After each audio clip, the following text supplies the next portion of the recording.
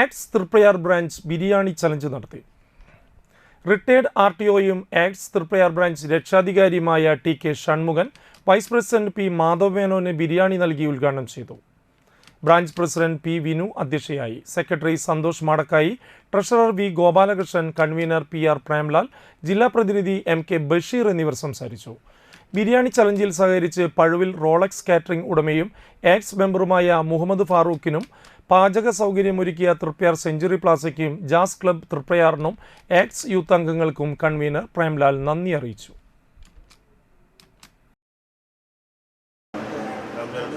Ambulance service നടത്തുന്ന acts Triprayar ബ്രാഞ്ചിൻ്റെ biryani challenge എന്ന പരിപാടിയാണ് ഇവിടെ നടക്കുന്നത്. അതിനെല്ലാം അംഗങ്ങളും നേരിട്ടുകൊണ്ട് ശ്രദ്ധിക്കുന്നു.